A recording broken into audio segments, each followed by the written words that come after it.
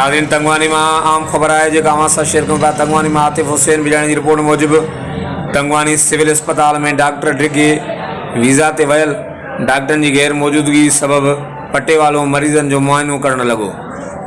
पटेवाले challenge दींदे चयो त media समेत सब के मोकल है, इंतजामिया मूंखे कुछ भी नथी करे सके।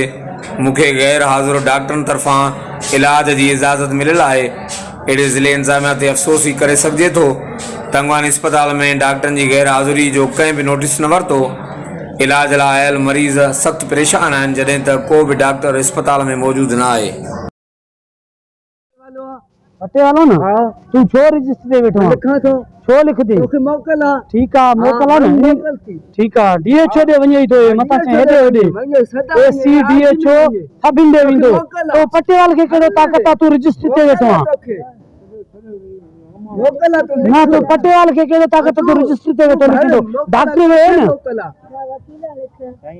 छाका दे मोकल आ तोखे नाला डॉक्टर लिखन रजिस्टर है के हवाले हुंदो डॉक्टर जे हवाले हुंदो तो तू है ना तू लिख दो पर्ची हे पट्टे वालो अबो आरी वारो आ पट्टे वालो ना सीआरपी तवा लिखो माता के हर दफे जो तवा बेटा हो ना हे पट्टे वालो छो लिख दो लिखल पढ़ेला कानून में तू पट्टे वालो अबो आरी वारो तू जो छा वने अस्पताल जे रजिस्ट्रेशन में वेणा पर्ची के लाड़ का